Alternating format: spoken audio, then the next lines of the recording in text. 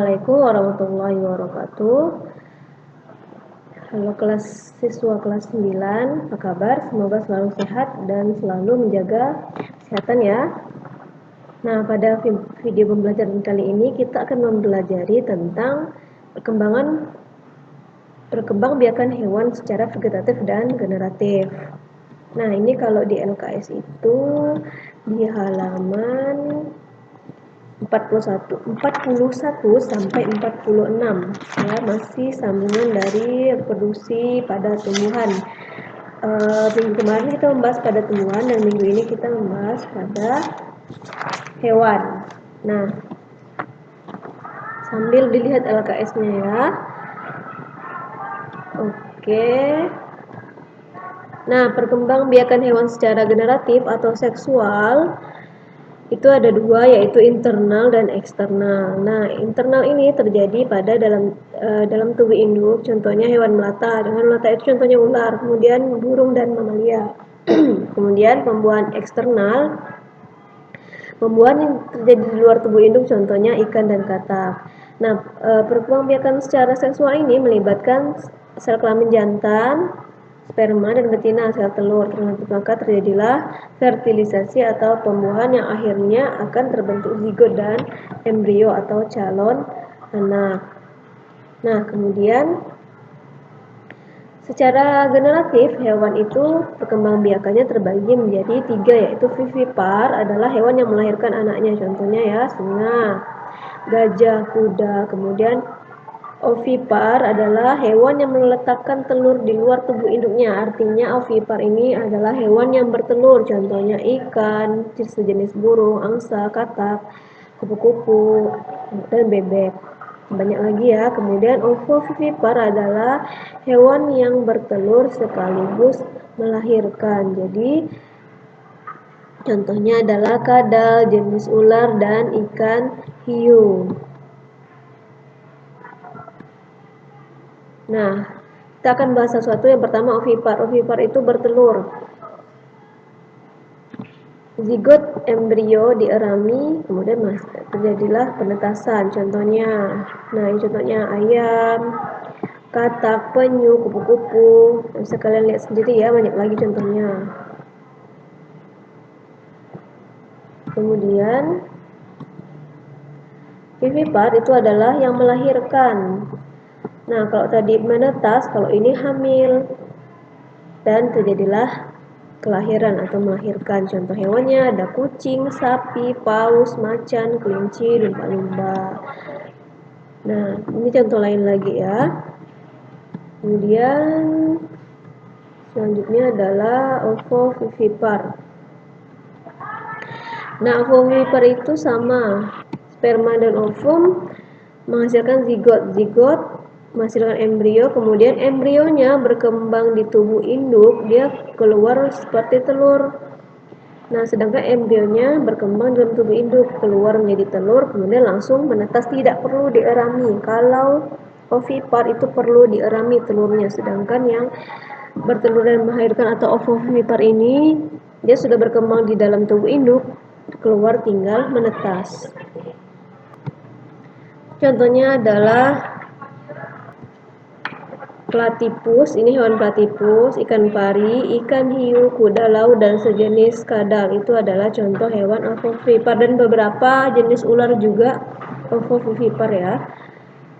Nah, perbedaannya kalian bisa lihat, kalau misalnya ovipar mengeluarkan telur, kalau melahirkan mengandung anak dan memiliki rahim.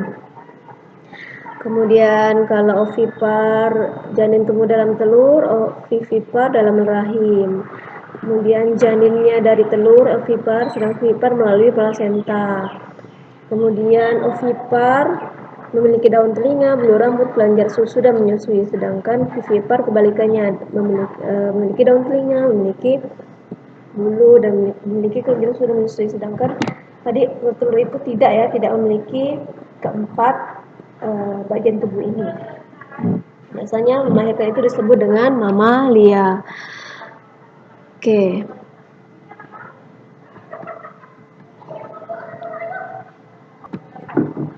perkembangbiakan amfibi. Apa itu amfibi? Amfibi itu adalah hewan yang hidup di dua habitat, darat dan air tawar. Contohnya adalah katak sawah, salamander, dan kodok. Metamorfosis katak itu dari telur menjadi kecebong, menjadi berudu, kemudian katak berekor dan katak dewasa.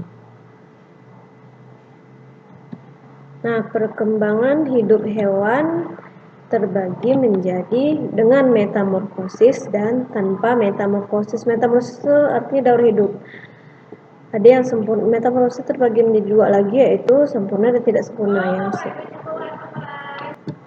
Yang sempurna contohnya kupu-kupu, yang tidak sempurna contohnya kecoa. Sedangkan tanpa metamorfosis misalnya ikan dan kadal. Tanpa metamorfosis lagi ayam, itu tanpa metamorfosis. Nah, metamorfosis sempurna perbedaannya dengan yang tidak sempurna adalah kalau yang sempurna itu terdapat larva dan pupa. Artinya metamorfosis sempurna itu terdapat kepompong, ya. Coba kalian lihat yang tidak sempurna, dia tidak ada kepompong. Kemudian perbedaan antara larva dan dewasa itu sangat jelas. Ini ulat, ini kupu-kupu. Sedangkan kecoa ini yang tidak sempurna, perbedaan antara anak dan dewasa itu sama, ya. Ini sama perbedaannya. Anaknya juga kecoa dewasa juga kecoa. Sedangkan metamorfosis sempurna ini perbedaannya jelas. Ini larva, ini dewasa berupa kupu-kupu, ya. Perbedaan terletak pada kepompong atau pupas dan bentuk anak.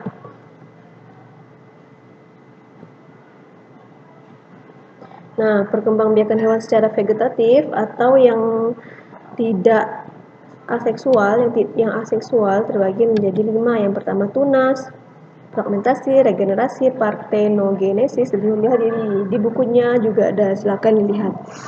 Nah, perkembangbiakan vegetatif pada hewan merupakan perkembangbiakan untuk menghasilkan individu baru yang tidak disertai proses pembuahan, ya. Nah, kita akan bahas satu-satu, yaitu tunas. Nah, hewan tunas itu contohnya kalian bisa lihat di halaman 41, contohnya hydra atau hydra. Tunas itu cara berkembangbiaknya pada hewan saat organisme baru tumbuh pada hewan tersebut. Nah, ya, ini contohnya ya, hydra di halaman 41 kalian bisa lihat. Nah, ini hydra ini hidupnya di air.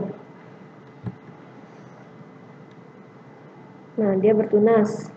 Ini pertunasannya.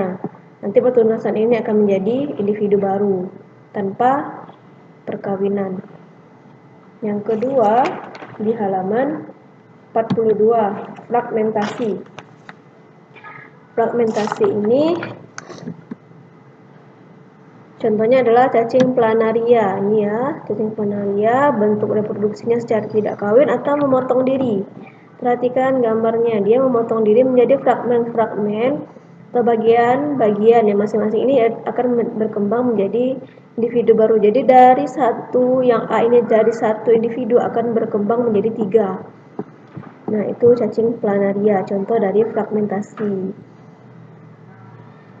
Nah, kemudian yang ketiga, regenerasi, yaitu keadaan yang memungkinkan bagian dari suatu tubuh organisme dapat tumbuh menjadi organisme baru yang dewasa. Terjadi pada bintang laut, cacing tanah, cacing pita, cacing hati, dan hydra, ya. Jadi itu termasuk regenerasi. Jadi fragmentasi tadi, kemudian tunas itu termasuk dari regenerasi.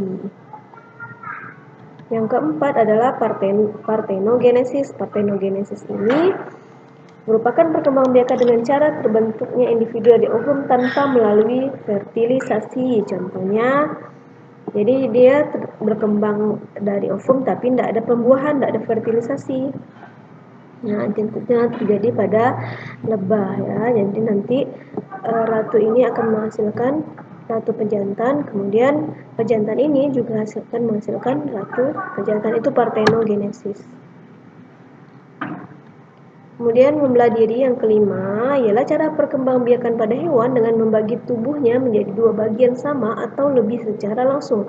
Terjadi pada hewan bersel satu yang hanya dapat dilihat dengan mikroskop, misalnya amuba, dengan cara membelah diri. Seperti pada halaman 42, kalau bisa lihat ya, membelah diri jadi dari satu individu menjadi dua. Jadi dua terbelah hingga menjadi dua individu. Nah, ini contoh amoeba.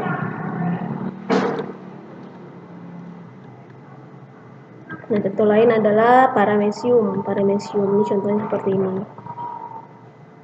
Nah, tugas kelas 9 adalah silakan kerjakan tugas yang ada pada link di deskripsi video di bawah ini. Tugas kalian absen, maka kalian isi nama dulu, kemudian kerjakan tugasnya dengan benar. Jangan asal-asalan ya. Silakan lihat buku dan video ini. Oke, untuk hari ini terima kasih telah menyaksikan pembelajaran hari ini. Assalamualaikum warahmatullahi wabarakatuh.